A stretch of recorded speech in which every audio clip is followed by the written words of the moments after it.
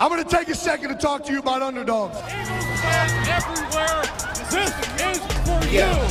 Fly was flying on the team. Touchdown, touchdown. Time to get Jalen this ring. You don't really want to start a thing. This a bird game nation, baby. It's a Philly thing. Hater, and you looking like you type trash. I'm just here cool on Philly the podcast. And we can call a man dog or watch Miles score off the handoff. Rest of the division, your man soft. Jackson like Sean, hunting like Randall. Season here, early time to do them in. Your boy Philly Fresco. Thanks for tuning in.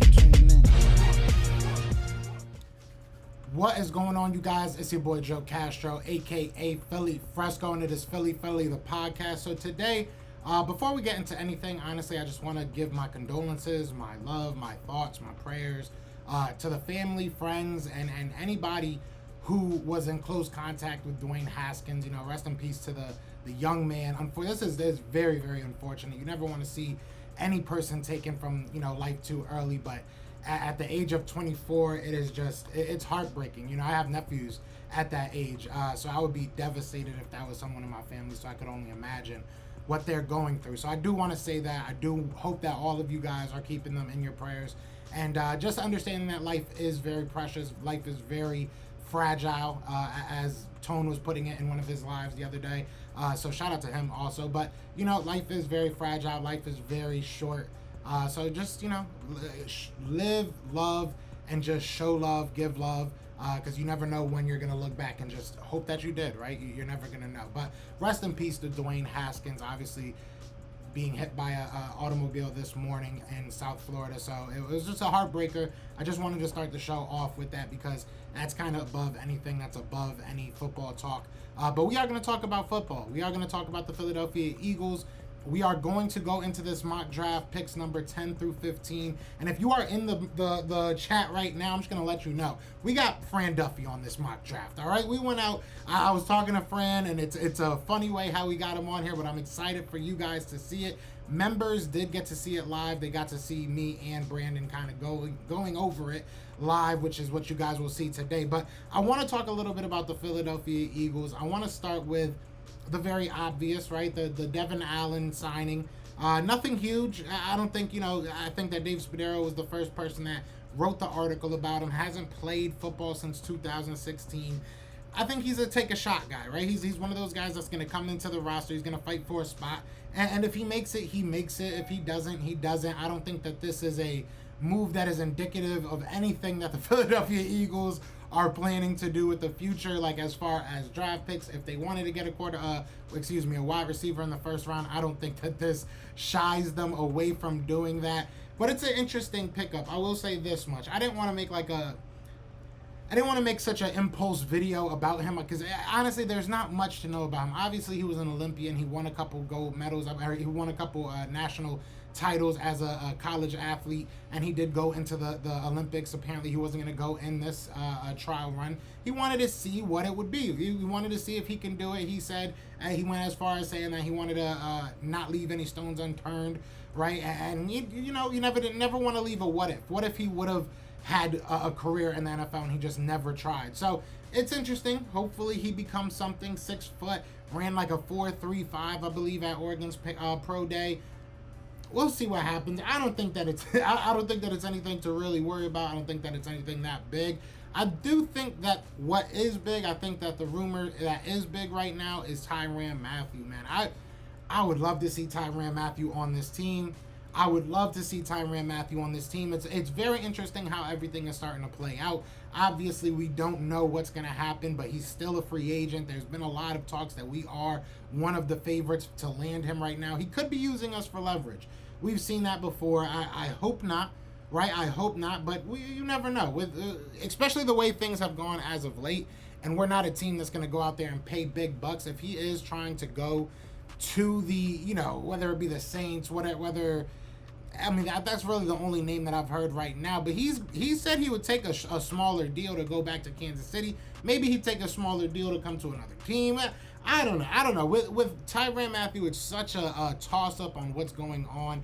But I hope that the Philadelphia Eagles can land him, because that would be great. That would be big. And we have one more announcement I do want to make. Shout out to everybody in the chat. For some reason, it's not telling me how many people are in the chat. I know there's people in the chat because y'all talking. So shout out to everybody in the chat. We got 15 people in the chat. Shout out to y'all. Be sure to hit that like, hit that subscribe. But we do have one more announcement. We do have now, if you are following me on Twitter, if you're following me on Facebook, not Instagram, but I put it in the community post as well. We have a new sponsor. So shout out to Scentcraft. They basically made us our own cologne. So I don't know if you can see that at all. I don't know how this is gonna work. I always see people do this. I don't know if that works, but we have our own cologne. We're gonna just go to the community post. You'll see the whole picture. You'll see the whole site that you go to purchase it. It's really cool. It smells actually really good. I was very on the fence about doing this, but Scentcraft hooked it up, man. I'm not gonna lie. This is a pretty cool collaborative effort. You know, you get sponsors and then you get collabs like this.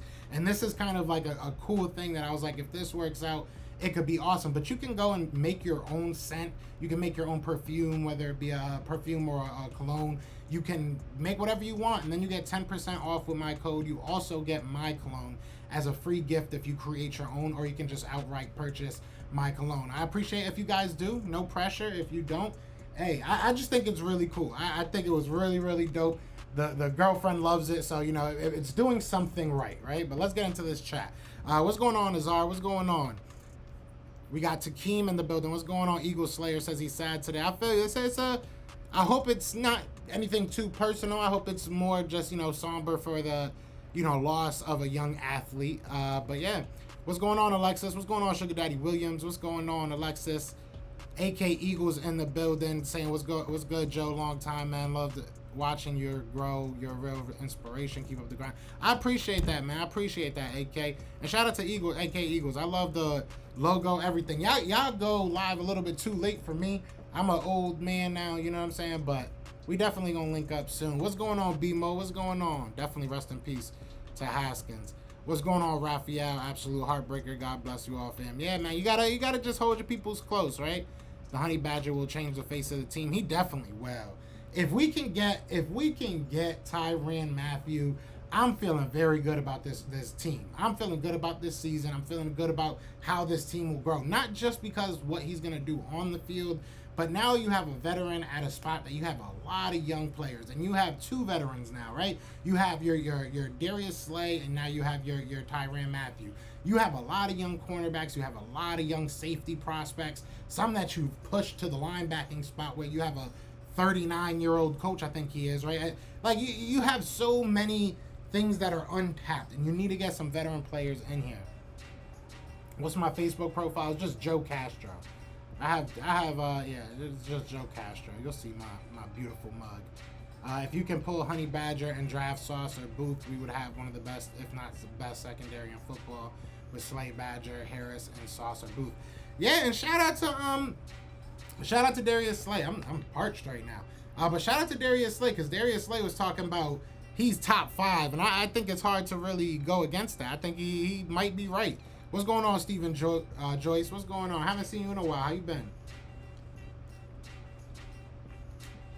You're younger than me, bro, but I get it. I'll always go live early if it means getting you back.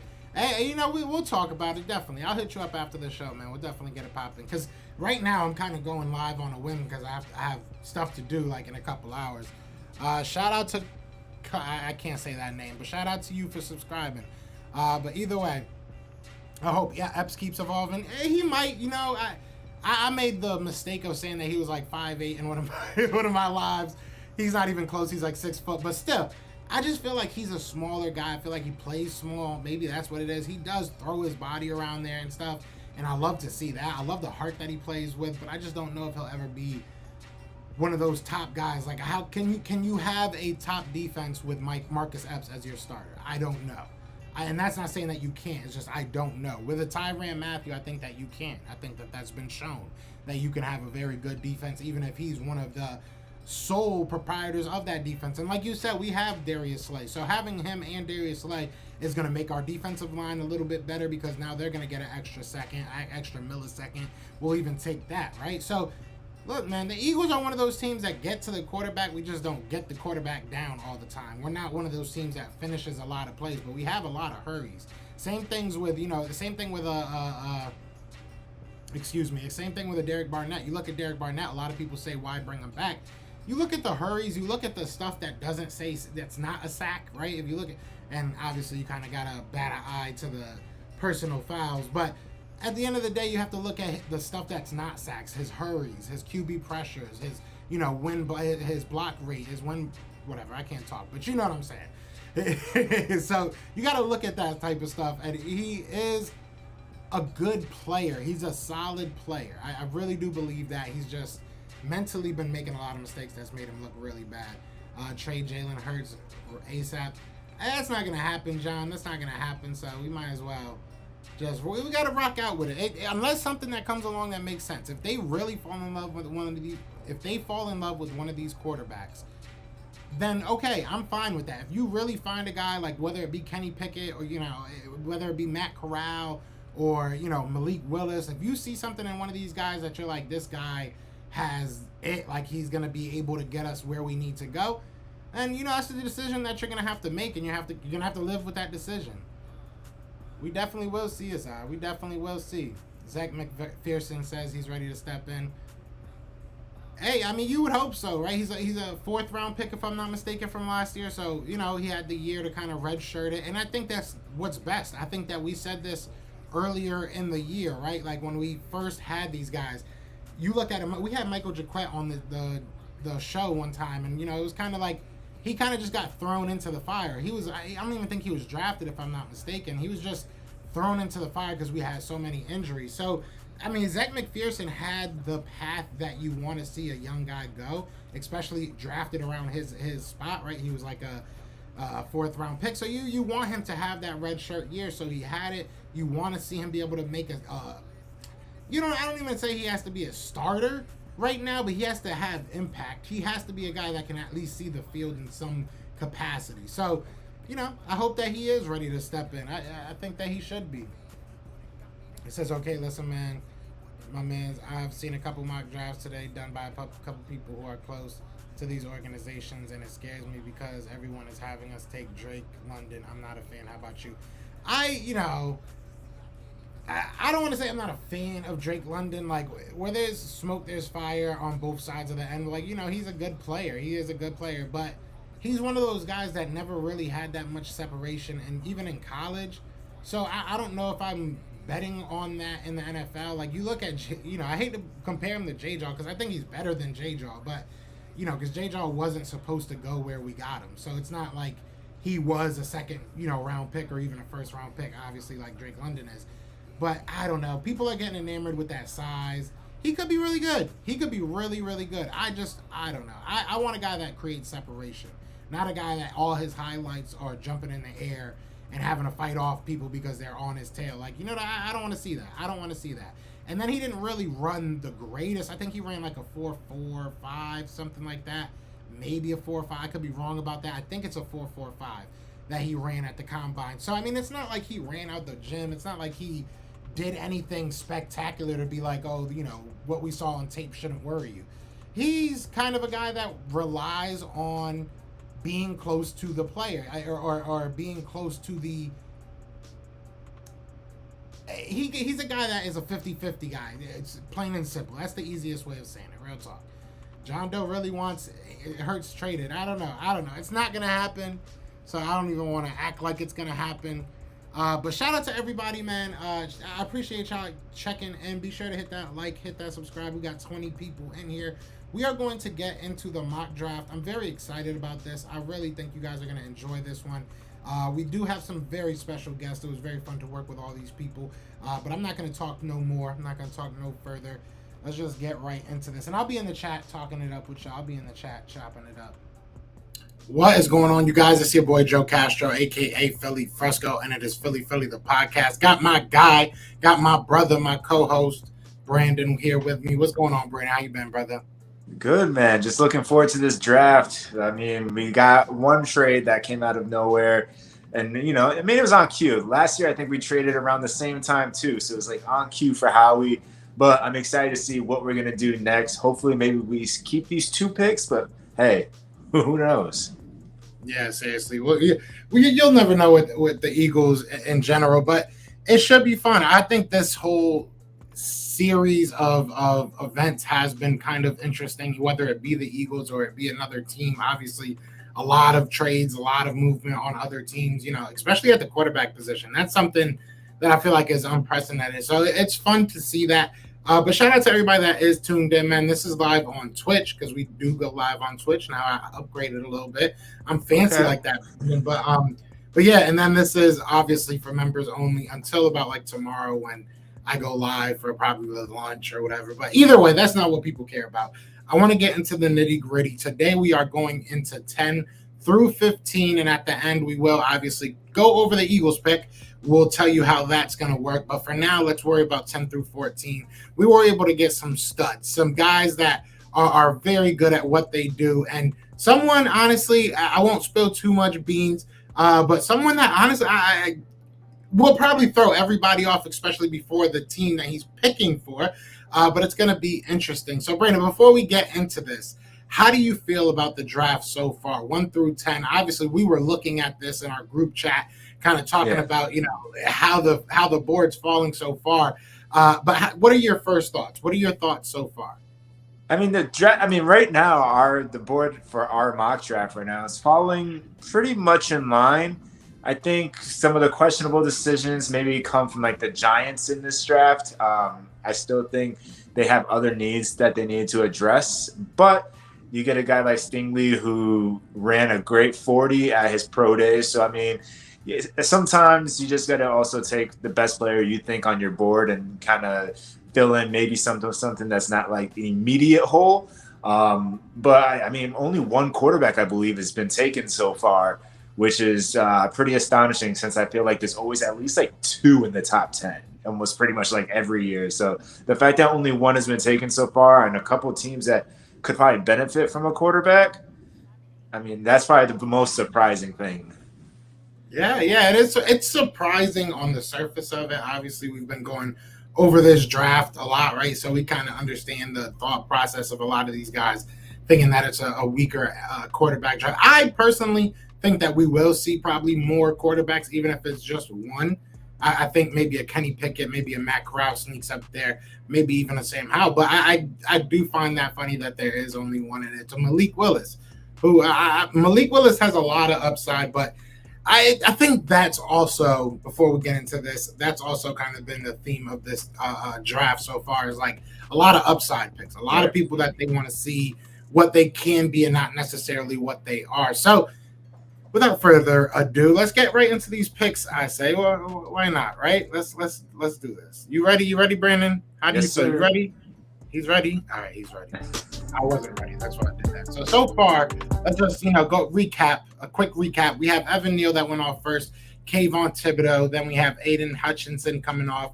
Equem Kwanu coming off at left tackle. And Derek Stingley rounds out the top 5 for the New York Giants. The Giants that you said had a questionable pick. So Malik Willis at number 6, Trayvon Walker, another New York Giants pick, Sauce Gardner, Charles Cross, and Jermaine Johnson rounds out the top 10. And then we got the Washington pick. Now, let's get it. What's up, everybody? It's George Carmi from Full Press Coverage. I'm here representing the Washington Commanders with the 11th overall pick in the NFL draft. As I sat at 11, I watched the picks trickle in, and it was mighty tempting to go Kyle Hamilton with the free safety from Notre Dame with the 11th overall pick. However, besides my better judgment, besides taking the better option, I think Washington goes for a need. And Washington's at a deficit at the wide receiver position, and they need a complement to Terry McLaurin. Therefore, with the 11th overall selection, the pick is in. The Washington Commanders select Garrett Wilson, number 5, wide receiver from Ohio State, to supplement and support Terry McLaurin, to add another component with Curtis Samuel, to insulate any quarterback that's going to be playing for our team in 22, 23, and moving forward. Go Washington. Follow me at GCarmy21. So you got... Yeah, so all right. So Garrett Wilson comes off the board. Garrett Wilson comes off the board for the Washington, whatever the heck they are right now. You know how long it took, before we get into that, shout out to my guy George Carmi. That is, has become a friend. We were talking about this, Brandon, kind of in the back, that it's cool how we've been able to kind of build these relationships with people that are just kind of random encounters. But he's one of those guys that we definitely have a good friendship with. So shout out to him for doing that. But do you understand how long it took me to find that Washington Commanders logo? I don't even know if that's the real one, Brandon. I have no idea. I just, after a while, it's just like, I don't even care anymore. But Garrett Wilson, an interesting pick, especially with the people that were there. Thoughts? How do you feel about it? I mean, I feel like if Kyle Hamilton drops there, you kind of have to take him. They definitely do need help on that defense. I mean, they have a great defensive line, right? Everyone knows about their front seven, everything like that. But they do need to supplement the back end of their defense. And I think grabbing a Kyle Hamilton would have been smart. But I see what he's doing. He wants to give, and like he said, whatever quarterback doesn't even acknowledge that Carson Wentz is the probably most 99% going to be the starter this year. He doesn't even acknowledge it. But whatever quarterback throwing to, you got to give Scary Terry some help. He can't be the only weapon you got. I know you got Curtis Samuel last year, and he was injured for, I think, most of the season, and he wasn't really much of a factor last year. So you're hoping he's coming in with fresh legs this year. He's your speed guy, that guy that can get downfield, but you need to pair Scary Terry with another number, like a 1A in a sense, like a solid number 2. And going ahead and grabbing what some people say is the best wide receiver in this draft. I mean, if Jameson Williams was healthy, like without his ACL, he probably would be number 1. But as of right now, Garrett Wilson's number 1. So you're grabbing the best wide receiver. I mean, it's one of those best player maybe on your board right there. And so you go ahead and you get a guy that's going to help electrify your offense. I mean, as an Eagles fan, I wouldn't want to see that at all. Yeah, no, that's a fact. Yeah, and there's other ways they could have went, I guess. It's interesting how the board fell, because I think if they foresaw the board falling like this, where, like we said, there's only one quarterback that's gone off so far, maybe that changes their mentality on getting Carson Wentz. So, if ifs were a fifth, we'd all be drunk, right? So it is what it is. They couldn't foresee that, and now they are where they are. But I like the pick. I like the player, I should say. I like the player.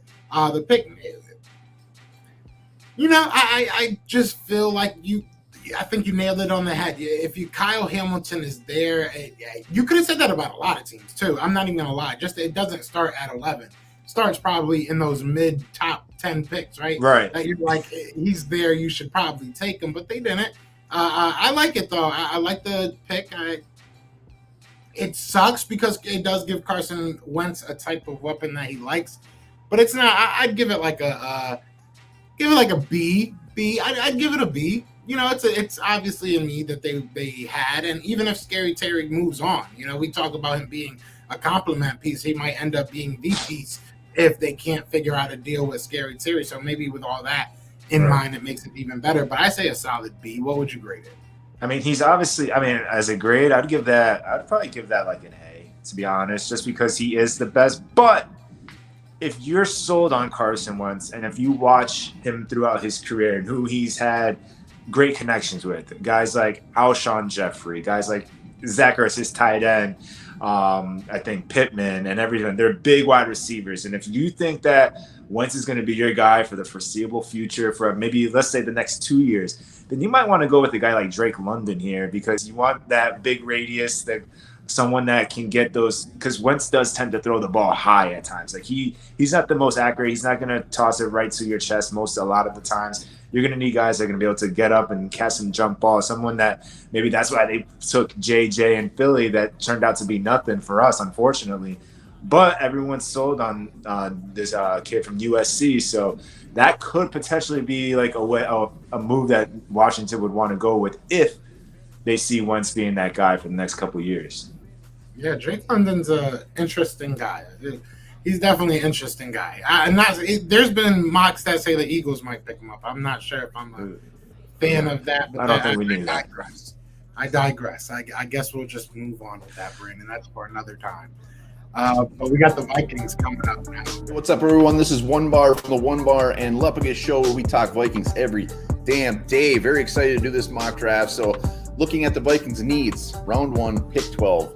They're no doubt going to be looking at a cornerback. They need a cornerback in this secondary. Right now it is very, very thin. Also, interior offensive line could be an option. Tyler Linderbaum is a name that's been bounced around Also, defensive line is definitely in the mix as well. But in this scenario, Vikings are not thinking twice. Vikings are sending every team ahead of them a bottle of champagne. They are sending them flowers because they make this very, very easy for them, getting a beautiful gift at pick 12. Kyle Hamilton, come on down. You are a Minnesota Vikings. This is easy.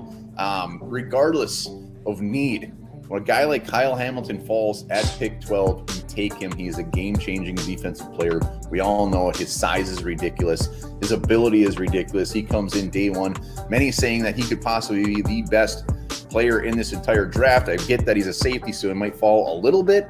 But pick 12, easy peasy, instantly goes in as a starter in this Vikings secondary. Vikings had pretty good luck with a certain Notre Dame safety in the past by the name of Harrison Smith. He could be the heir apparent to Smith when he retires. And they also got a young safety of Cam Bynum waiting in the wings too that Vikings fans are very excited about. So that could be one hell of a pair moving forward. But once again, everybody made it easy on me. Kyle Hamilton in purple. Can't wait. Love it. All right, so we're gonna stay there and just get everybody dizzy for a second. But hey, I like that. I like that pick.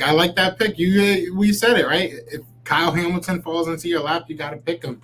Yeah. At that point, because we obviously we get all the picks. We knew the picks, right? You haven't seen any of the videos, but we know all the picks, right? So when we were talking about it and we were looking at it, damn, maybe Kyle Hamilton actually falls to the Eagles.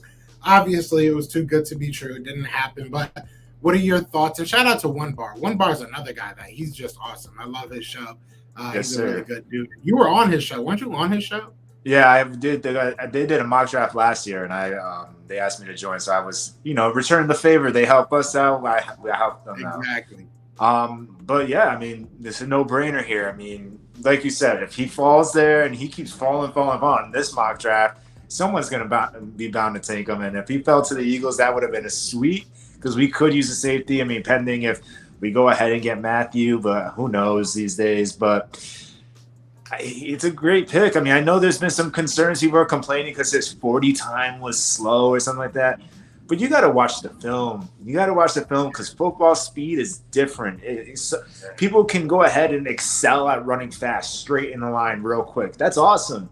But that football speed, when you got the pads on, helmet on, needed to react and – as safety, you have to react. You're backpedaling, and as soon as you see someone break, you're on the go. And he's able to cover the field. If you watch the film, I was watching a couple of highlights, and people talk about him, and he's able to go from one side of the field to the other within so fast and super athletic. You can't. It's hard to pass on him. The guy's probably going to be a top 7-8 pick, and he fell to 12. So.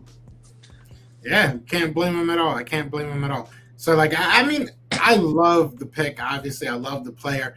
I do want to say and kind of throw this on the palette. I'm sure I'll talk about this in my live tomorrow. But Eagles might be looking at a trade-up partner with, the enemy and call Washington. If they stand in this situation where Derek Stingley's even Derek Stingley, if it's like a Derek Stingley or a Kayvon Thibodeau who falls this far, or a Kyle Hamilton, how it was in this draft, the Eagles might call Washington and say, hey, let's hop over Washington, the Vikings, who we know are looking for probably a cornerback or a safety, so more likely like a Stingley or a Kyle Hamilton, and say, let's figure something out. You know what I'm saying? You really think 2 years in a row our enemies will help us out?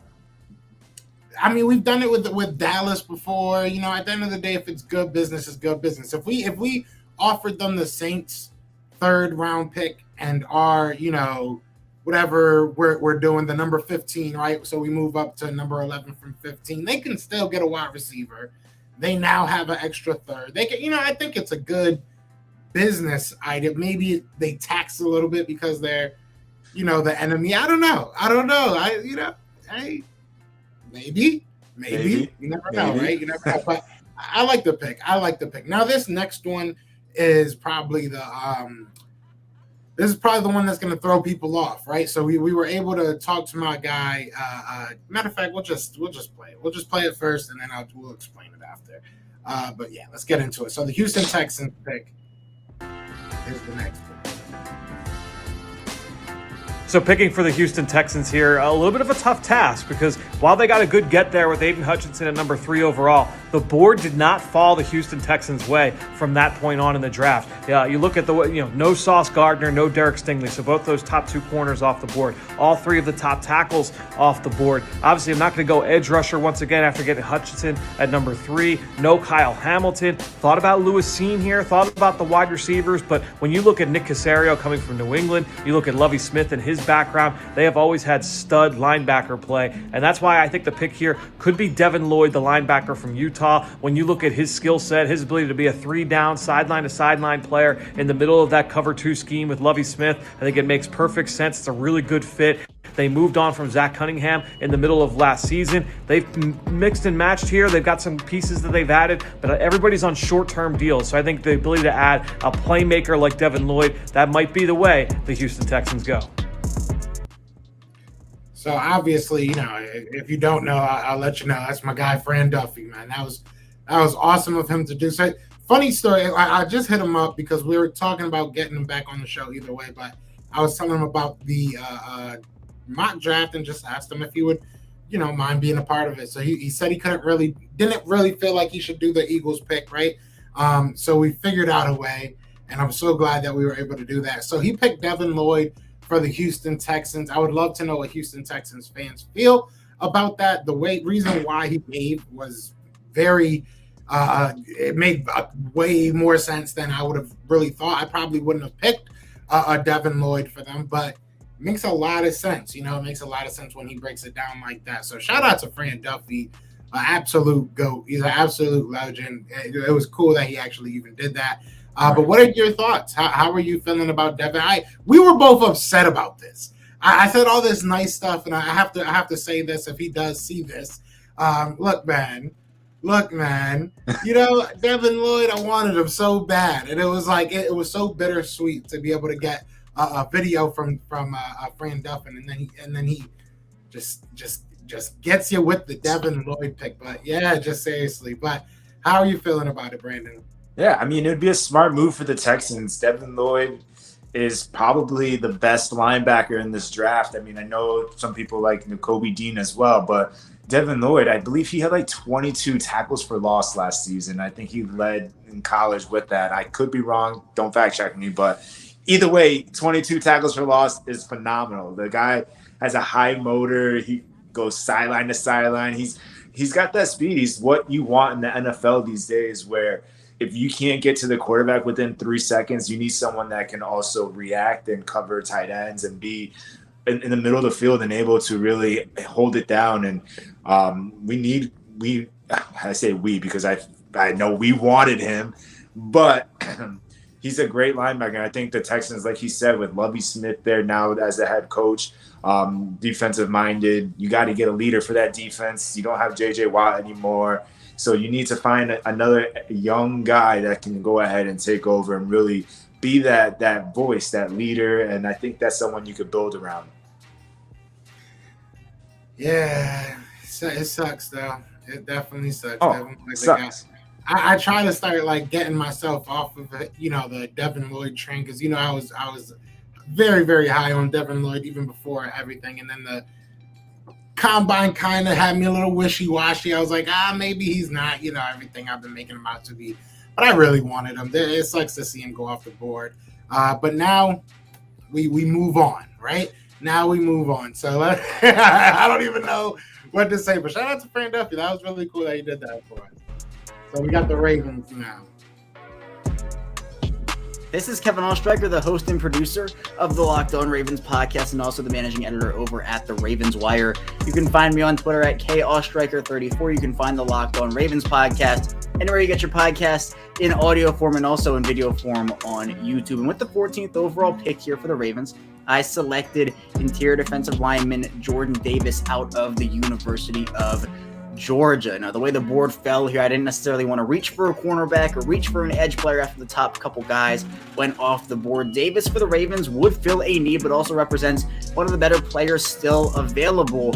And for me, Davis is a player that can slot in on this Ravens defensive line and just eat up blocks. There have been some questions about Davis's 3-down ability. Will he be able to play on all 3 downs, or is he more of a 2-down player? Well, the Combine certainly put some of those rumors to rest a little bit with his sub 4.8 40 in a 341-pound body. 6'6". He's a massive player. And for what the Ravens do on defense, I think Davis would be a phenomenal fit. The Ravens have a couple of free agents of their own still left on the market at this moment. They brought in nose tackle Michael Pierce. They have a couple of young guys as well, such as just Madubuike and Broderick Washington. But for me, what you can do with Davis if you're Mike McDonald, and just the way that he will free up his other teammates. So if the Ravens wanted to go, let's say, edge rusher in the second round, they could pair Davis with that edge rusher. Davis frees up some of those blocks somewhere else, and that will help the Ravens pass rush. And on the interior, with Davis being able to push the pocket a little bit, he's obviously a very, very good run stuffer. This would be a pick that I would be very ecstatic if I were the Ravens, if Davis was there and the board fell the way it did, with not a lot of stars necessarily falling to Baltimore at 14, but Davis is a star in his own right and is able to do a bunch of things on the football field. So while the Ravens might not have that top 5 talent fall to them at number 14 in this draft, I feel like Davis would be a very, very nice pick for them, someone who fills a need and someone who I think will be in Baltimore for a very long time if he was the selection based off of what he has shown so far, not only during his college career, but also with the Combine and his testing ability there. All right, so we have the Ravens pick, and that's basically the rest of the picks. We'll give our opinion on the Ravens pick, and then we'll get back to this list. Well, first off, shout out to Locked On Ravens. They do some great work. Locked On does every NFL team, and they got some great shows for themselves. So, Ravens, go ahead and how do you feel about this? How do you feel about this pick? The guy's a monster. I mean, you're going based off the Combine with his speed, and you're kind of hoping that he can be that plug for you, the run stuffer, as he said. And I mean, it's kind of hard to deny. Like, how do you get a guy that big to run that fast? I think I ran that fast when I was in high school, and I probably weighed 200 pounds less than the guy. So it's just insane. Like, imagine that guy running you down. He's a monster. And it seems like a very Ravens pick. I feel like Ravens, when they really specialize, like when you think of the Ravens, you think of their defense a lot. I mean, yeah, nowadays Lamar Jackson, obviously. But I feel like their staple is their defense, because, I mean, they do turn the ball over a little bit on offense. So you need a stout defense to hold it down for you. And in order to help that back end with their corners and everything, I mean, you need a good pass rush and you need a good defensive line. So why not go defensive line there? I mean, they could probably benefit from, I feel like, an offensive lineman, maybe even another wide receiver. But you can go ahead, you get the freak of nature in this draft, and hey, hope for the best with that one. Yeah, Jordan Davis is, like you said, he's a freak. He's a monster. I mean, he's one of those guys that I think that he's going to be either one of those old school type players that is just, a run stuffer, and that's really all he does, or he's going to be generational. Like, he's going to change how the game's, because realistically, if he plays up to those, if you look at like you said earlier, you got to look at the tape, right? If you look at his tape, if you look at him play, he's not the pass rusher that his numbers suggest he could be. When you run that fast and you're that strong and you're that big, you should be getting to the passer a little bit more often than he is. And he was kind of a liability on third down, at least, from what we've seen. So I think that if he's able to become the pass rusher, that those numbers, the 40-yard dash that we all kind of had our jaws dropped when we first saw it, or if you look at any of the other measurables, he could be something we've never seen before, or he could be something we've seen before, but just a very good, reiteration of it. So I think that you don't really miss, it just depends on what you need. And like you said, I think this is kind of a Ravens type pick. I get Calais Campbell almost type vibes, like, could be that type of situation for them. So I love it. And shout out to them, and that's a really good pick. But that brings us to the part that I think that me and you are both kind of dreading a little bit, because we were trying to do it earlier. This is a tough situation to be in for the Philadelphia Eagles. So we look at the first 14 picks, right? We look at the Jaguars taking Evan Neal, Aiden Hutchinson going number 2. Then we have Kayvon Thibodeau, Akem Aquanu, Derek Stingley Malik Willis, Trayvon Walker, Sauce Gardner at number 8 for the Falcons. Number 9, Charles Cross. 10, Jermaine Johnson. Garrett Wilson, 11. And then Vikings get Kyle Hamilton with a big slide from Kyle Hamilton, in my opinion. But either way, Texans, Devin Lloyd. Shout out to Fran Duffy for ruining my dreams, my dream. And then the Ravens take Jordan Davis. So that leaves the Eagles at number 15 with a decision to make. So the way that we're going to do this, me and Brandon talked about it, we're going to narrow it down. What do you think is a good number? Do you think like 2, 3, 4? We could go 3 because I have one that I'm stubborn about, and then you could potentially convince me on like another 2, and then can really pick the one tomorrow. So I also have one that I'm stubborn on, so I'll let you go first. Okay. I'll give my stubborn pick, you give your stubborn pick, and then we'll come together and figure out something that they can all vote on. Obviously, if other people have options, they can throw those out in the comments. So at number 15, we're going to try basically pool all these comments. So one vote is you, one vote is me, one vote is going to be if anybody comments on the member poll side of it. If they want to vote, they get to vote their own vote. And then obviously tomorrow I'm going to go live and, we'll vote on there. So I'll shut up for a second. For once, I know Brandon's probably saying, but Brandon, what are you thinking? Who is we'll start there. Just give me first your stubborn pick, the guy you definitely want. Yeah, so my stubborn pick, and I mean, we've been clamoring about this position for the last couple years now. We got 10-year-olds getting excited on Twitter, telling Howie, thank God you're listening. You're going ahead and you're grabbing people for this position. And I'm going to go ahead and say I understand that you can potentially find players in this position in other rounds, that this is kind of a deep position, but I'm stubborn and I want one of the top 2, top 3, if you make an argument, guys. And I'm going to go ahead and say I want Nakobe Dean here. I know Devin Lloyd went at 13 in this mock draft. There's potential that he drops to 15. I mean, the Texans, they need a wide receiver too. They need to bolster that offense. So they could go ahead and potentially go offense on that pick or offensive line. They could really much. The Texans can go anywhere. They have so many holes as well. So if Devin Lloyd falls, then yeah, Devin Lloyd for sure. But since he didn't, I'm going to go ahead and say Nakobe Dean. The guy also, he's very fast. He can cover the field. He's good in zone coverage, and that's something that we need. That's something that we lack. We have been struggling covering tight ends, wide receivers, running backs, whatever, out of the backfield. We've seen with Nate Gary, a safety that turned linebacker. You thought his coverage skills would at least be solid, and they were terrible. So we've been seeing the dread of just our linebackers being a liability. I know we did have some signings so far. I mean, we have Hassan Reddick. We got Kaiser White, I believe that his first name is. And, I mean, if Davion Taylor can stay healthy, TJ Edwards, if he can stay healthy. But I think Nakobe Dean, everyone's been talking about him. He looked great on film. He looked great in games.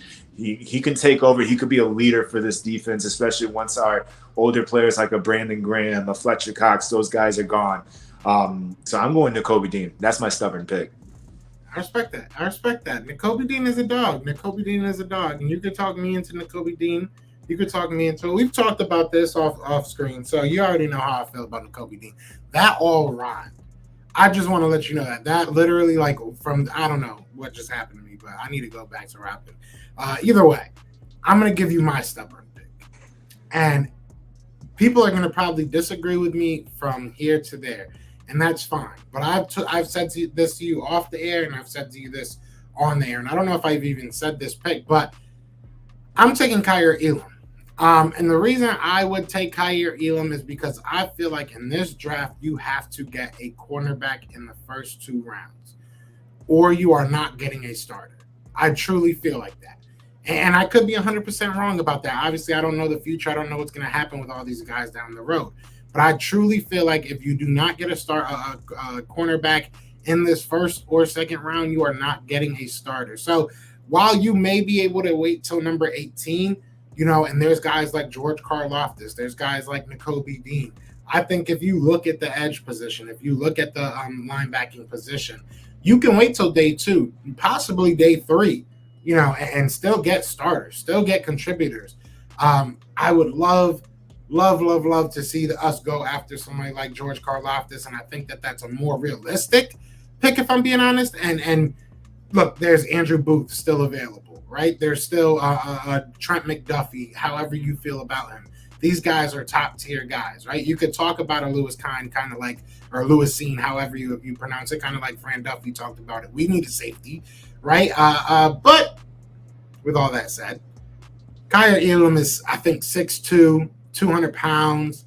We haven't had good length on that, on the end, or on the outside, in a long time. We have not had a lockdown corner in a long time. I feel as though Kaiir Elam brings both of that. You swing back around at that 18 pick, and you can maybe pick up a Nakobe Dean, right? Maybe you could pick up whoever it is. But I think my stubborn pick right now, I want to get one of the top cornerbacks left, in my opinion, and that's going to be my guy Kaiir Elam.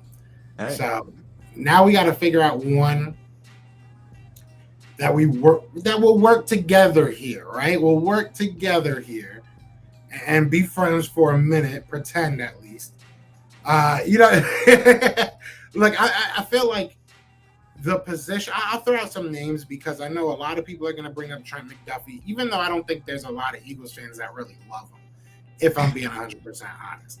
I was just saying George Karlaftis, Devontae Wyatt, Jameson Williams, Chris Olave still out there, Andrew Booth, like I said, Lewis Kine, Jalen Peacher. Like any of these names come out at you that you're just like, that's a guy I wouldn't mind seeing us take.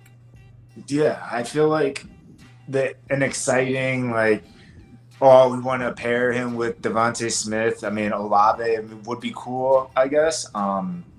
You get, if not the top 4 wide receiver in this draft, outside of see how Williams heals up and if he can keep his speed, and then obviously his counterpart in I'm looking at all these names. Garrett Wilson is throwing me off all the names. But I think if you don't go that route, I think the Devontae Wyatt sounds like a how we pick. An heir apparent to Fletcher Cox, someone that unfortunately most likely is not going to be here after this season. And I know we got Milton Williams, but I feel like Milton to me is a guy that you're going to be just shuffling around, really kind of situational, and not someone that you're really going to keep in there for full game. Could prove me wrong this season. He'll may have more snaps than Fletch. Who knows? Then you got Hargrave that you signed. So you need to pair Hargrave with someone that's going to be reliable, someone that's going to be there for a while. And I think if Howie's making these picks, but if he is going to value defensive line first, then Wyatt would make the most sense and be kind of like the predictable Eagles pick. Yeah, I agree. And, I will say George Karlaftis is probably a name that pops out to me. But to stay on Devontae Wyatt for a second, I think that Jordan Davis coming off the board, you're now taking the second best player. Whereas, defensive end, you're taking the 4th, 5th, on the board guy coming off, right? So I think that adds that value that you're taking the second best defensive tackle, maybe the best in your eyes, off the board. So I like the Devontae Wyatt pick. I think that that's a smart pick. And then George Karlaftis is probably like a runner-up as far as a smart pick to me, but I do like the Devontae Wyatt, and you said it perfectly. That's definitely that's a Howie type pick. That's a Fletcher Cox type player. Mm-hmm. I think Jordan Davis, we talked about, he can be kind of that old school type of dude at worst, in my opinion. But, at best, he could be something generational. But Devontae Wyatt can be a disruptive player on both aspects of the game, right? He can give you that pass. He can give you that pass rushing ability. He can give you that production that you're looking for, and probably slide in better for Fletcher Cox than a Jordan Davis even would for the Eagles. So I like that. So I think we can agree there. I think that Devontae Wyatt would be a fair pick, and then I'll just say or other, and they can pick and do whatever they want to do, because you know how my subscribers get, how they get and they start yelling at me, Brandon, and it hurts my heart. You know, like that's kinda, it really just hurts my feelings that they do me like that, but they do me like that. But Brandon, it's been good to have you back, man. You know, I know you're a busy man. I know you're super pops out here. But it's always good to have you back, bro. But anything you want to say before we get out of here? Say that one more time. I said, anything you want to say before we do get out of here? No, just excited. Hopefully we can get this mock draft done before the draft. It's coming quick. I feel like this offseason, it's been weird. Like, it hasn't been, I feel like it hasn't been, super hype. Yeah, and you can join the membership if you want to see the rest of that. We go on for a couple more minutes, 5-10 more minutes. But yeah, so if you are a member, obviously the link is in the description. If you do want to become a member, it's only $1. You get early access to all that, and then you'll get access to the full video once it is all done. We're going to put it all together, mash it all together. But what we are going to do with the Eagles pick, like I said in the video, we are going to basically leave it down to everybody. So we made our decisions, and now you guys made your decision. So I'll give whoever is in the chat. I think we still got 28 people. We got 28 people in here. So shout out to y'all. We got 28 people. Be sure to hit that like, hit that subscribe. Drop real quick in the chat who you want the Eagles to draft. Obviously, we just saw all the picks. And I'll go over the picks that have been made so far. So obviously, Nakobe Dean was Shaky B, was Brandon's pick. And then Kaiir Elam was my pick. Devontae Wyatt was the guy that we both agreed on. Then Treylon Burks was another guy that was brought up from members. So, and then Chris Olave was another one. So those all have everybody has one vote so far. Devontae Wyatt did win the poll when we put the poll out, and Nakobe Dean had 18%, 6% went to Kaiir Elam, and 9% went to Treylon Burks. 20% went to other, which was, none of them got enough votes to really take over. And then, so Devontae Wyatt has 48%. So it looks like he's winning, and he also won the members poll. So there's really no, I'm not gonna lie. So that's 1, 2, 3 versus 1 on everything else. So there's really no way that the that the chat today, unfortunately, can bring anybody else. It seems like Devontae Wyatt is going to be our pick. So yeah, it looks like Devontae Wyatt is going to be the number 15 pick for the Philadelphia Eagles, at least in this mock draft. So I am going to get out of here. I once again do want to shout out to the sponsor for, I don't even want to say sponsor. I feel like it's just a collaboration. I want to really shout out Scentcraft for this, man, for making my own personal scent, my own cologne. So if you do want to purchase that, I'm going to have links in the community post. I'm also going to throw some links down in the comments for you guys to check out. Shout out to Bet US or Bet Us, I believe it is. I don't know what it is. I don't know if it's Bet US or Bet Us. Either way, shout out to them for sponsoring. We're going to have links in the description for them as well. But yeah, other than that, I want to know what you guys are thinking about this mock draft so far. We got 16 through 20 coming very soon. But y'all know what it is, man. You know I love y'all, and I probably will try to make it back soon for another live, probably tomorrow. I know we have Best of Enemies tomorrow, so that's going to be fun. But other than that, I appreciate y'all. And it is Fly Eagles Fly. And yeah, we are out here. So peace, guys. Peace. Everywhere. This is for Yeah. you. Fly Eagles flying on the team. Touchdown. Time to get Jalen this ring. You don't really want to start a thing. This a bird gang nation, baby. It's a Philly thing. Hater, and you looking like you type trash. I'm just here calling on Philly the podcast. And we can call a man dog or watch Miles score off the handoff. Rest of the division, your man soft. Jackson like Sean, hunting like Randolph. Season here, early time to do 'em in. Your boy Philly Fresco. Thanks for tuning in.